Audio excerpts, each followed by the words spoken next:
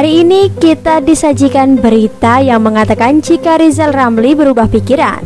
Rizal Ramli ternyata tidak akan hadir dalam perdebatan yang jadwalnya diubah oleh Kementerian Koordinator Bidang Kemaritiman dan Investasi yang sebelumnya 24 Juni 2020 menjadi hari ini Kamis 11 Juni 2020 pukul 9.30 waktu Indonesia Barat. Rizal Ramli berkilah LBP tidak berkoordinasi dengan dirinya.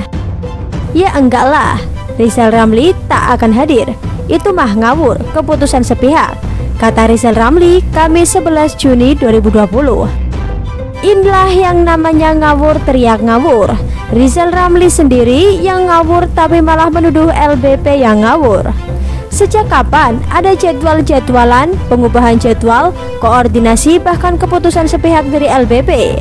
Sementara jadwal tanggal 24 Juni 2020 yang dimaksud RR tadi adalah jadwal sepihak yang justru dibuat RR dan gerombolannya sendiri tanpa persetujuan LBP. Siapa yang bersikap seenaknya sendiri? Sudah terlihat sangat jelas di sini. RR menuduh LBP ngawur, padahal RR sendiri yang ngawur. RR menuduh LBP memutuskan sepihak, padahal RR sendiri yang bersikap seenaknya secara sepihak sejak awal. Lagi pula, Rizal Ramli kan pihak pengkritik yang merasa paling benar sendiri selama ini. Orang merasa paling benar seperti Rizal Ramli harusnya siap bertemu kapanpun juga. Mau sekarang, besok, lusa, ataupun kapanpun harusnya ya siap. Seharusnya data-data Rizal Ramli yang berdasari kritikannya selama ini kan sudah ada. Lalu, kenapa Rizal Ramli menolak diajak LBP ketemu hari ini? Kita tidak bisa menemukan alasan yang logis dari penolakan RR yang seperti ini selain takut. Sedangkan pihak LBP sendiri selaku menteri aktif jelas punya banyak tugas setiap harinya, bukan cuma ngurusi nyinyirannya Rizal Ramli. Harusnya Rizal Ramli bersyukur dan memanfaatkan kesempatan ini sebaik-baiknya agar LBP memberikan waktunya untuk menanggapi Rizal Ramli. Jadi begini ceritanya. Awalnya Menteri Koordinator Bidang Kemaritiman dan Investasi Luhut Binsar Panjaitan menantang pengkritik utang negara untuk bertatap muka dengannya terkait penambahan utang negara selama pandemi virus corona. Jadi kalau ada yang mengkritik kami, sini saya juga pengen ketemu. Jadi jangan di media sosial saja, nanti ketemu kami, ngomong. Enggak usah ngomong di TV lah, ketemu saya sini. Nanti dia kasih angkanya. Saya tentara walaupun bukan lulusan ekonomi, saya bisalah jawab itu. Tapi jangan rakyat dibohongin, saya ini tentara. Jadi belajar juga dari anak-anak muda yang ngerti. Jadi kita jangan enggak ngerti juga. Bodoh-bodohin rakyat kita ngutang enggak benar. Utang kita itu produktif, kata Luhut dalam diskusi virtual Selasa 2 Juni yang lalu di Jakarta. Beberapa hari setelah itu muncullah sebuah flyer yang menuliskan Don Corp mempersembahkan debat hutang negara, Dr. Rizal Ramli versus Luhut Binsar SMI. Semua huruf di flyer tersebut ditulis dalam huruf kapital dengan ukuran paling besar di kata debat. Dan kemarin muncullah sebuah berita yang menyatakan jika Rizal Ramli siap menggelar debat dengan LBP terkait persoalan utang negara hingga ekonomi. Bang Rizal ini akhirnya bersedia menjawab tantangan Luhut Panjaitan. Namun syaratnya dari Bang Rizal yang disampaikan ke Prodem, jejaring aktivis yang merayu Rizal Ramli untuk menerima tantangan LBP itu bahwa debat bukan hanya persoalan utang negara. Dia meminta juga pertanggungjawaban debat soal kebijakan ekonomi kabinet secara keseluruhan, kata perwakilan Rizal Ramli, Adi Masardi, Rabu 10 Juni 2020. Keadaan jadi tambah ngawur saat kubu Rizal Ramli kalap heboh sendiri menyiapkan promotor, tanggal, tempat, sekaligus juri untuk berdebat sebagaimana bisa kita simak dalam akun Twitter Don Adam @donadam68 yang mengatakan, sebagai promotor debat @Ramli Rizal versus LBP, saya sudah tetapkan waktu debat Rabu 24 Juni 2020. Tempat dan juri debat akan ditentukan kemudian menunggu kesiapan dari timnya LBP. Apa-apaan ini? Ingin bukti betapa ngawur dan seenaknya sendiri sikap RR? Ini bukti dan penjelasannya. Mari kita simak tindakan per tindakan dan kalimat per kalimatnya. Pertama, menyeret Bu Sri Mulyani seenak sendiri secara sepihak. Perhatikan flyer yang dibuat dan disebarkan pihak RR. Ada nama dan foto Sri Mulyani di situ. Tidak ada hujan, tidak ada angin. Nama dan foto Sri Mulyani tiba-tiba muncul di flyer yang dibuat Rizal Ramli dan gerombolannya. Memangnya LBP sejak awal ada bawa-bawa Sri Mulyani? Enggak ada tuh.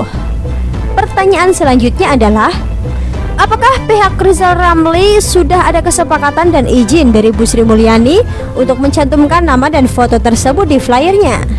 Perasaan enggak ada deh. Nama dan foto Bu Sri dipakai seenak urilnya sendiri oleh pihak RR. Dengan sepihak, Adi mengaku perwakilan RR mengatakan jika Menteri Kabinet Kerja yang mengurusi ekonomi bisa mendampingi Luhut dalam debat nanti, yakni Menteri Keuangan Sri Mulyani hingga Menteri Koordinator Bidang Perekonomian Airlangga Hartarto.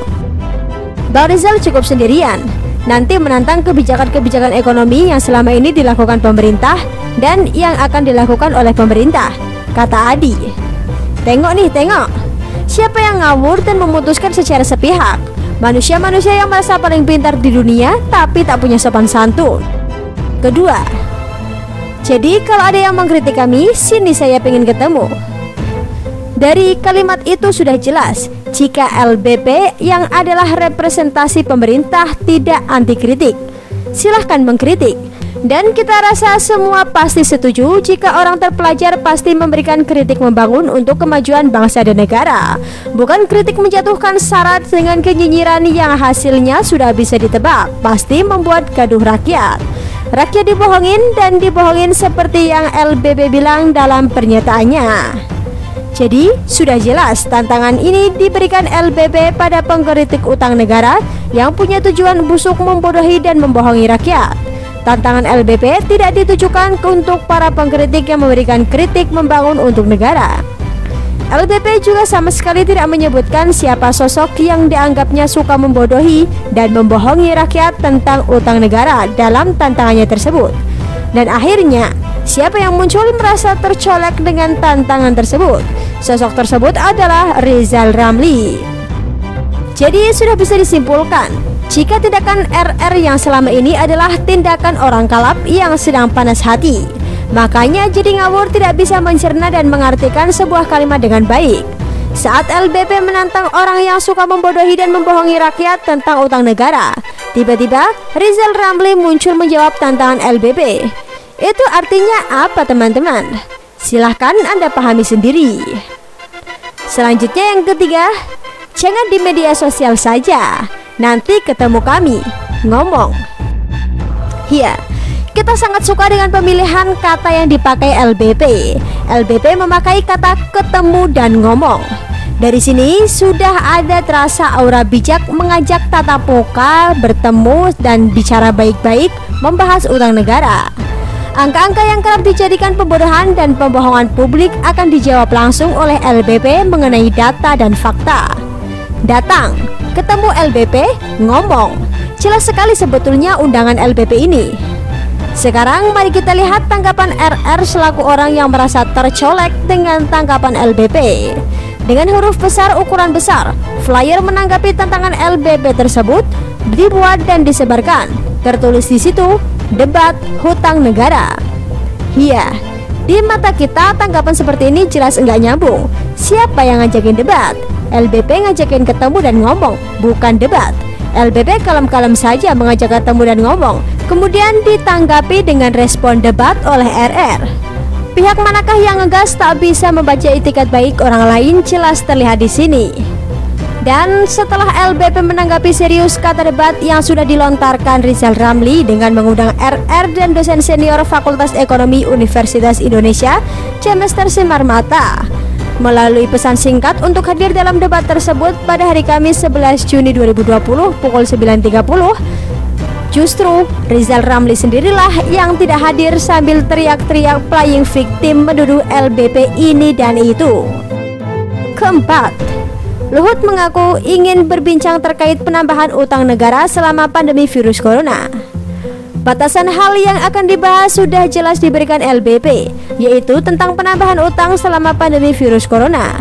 Sekarang mari kita lihat tanggapan Rizal Ramli yang justru mengajukan syarat agar materi debatnya bukan hanya soal utang negara, tapi juga tentang kebijakan ekonomi kabinet secara keseluruhan.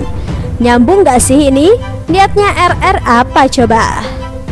Jika RR memang ingin minta pertanggungjawaban debat soal kebijakan ekonomi kabinet secara keseluruhan, RR jelas ngawur salah orang.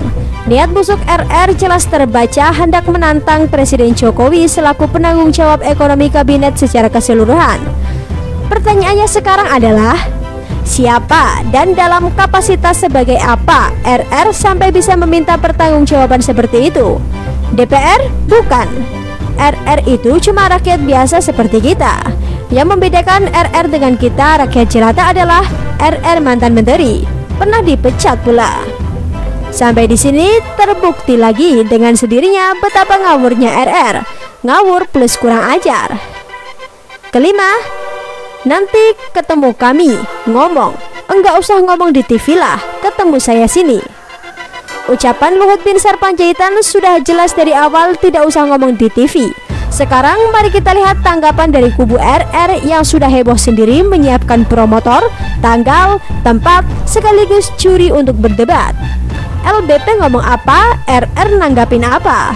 Ngawur dan seenaknya sendiri memutuskan semua secara sepihak. Nggak nyambung jadinya. Lalu nggak nyambung lagi, seperti ini mau ngajakin debat pakai promotor dan juri segala. Debat kusir jadinya. Gaduh bikin malu bangsa dan negara. Ujung-ujungnya, akhirnya kita mengambil kesimpulan, mendukung Jokowi dan pemerintahannya adalah pilihan terbaik yang takkan pernah disesali. Sekalipun masih ada banyak kekurangan yang harus dibenahi sana-sini. Kita tak bisa membayangkan apa jadinya NKRI jika dikelola orang-orang ngawur dan seenaknya sendiri seperti RR dan gerombolannya ini. Mengerikan. Bagaimana menurut Anda?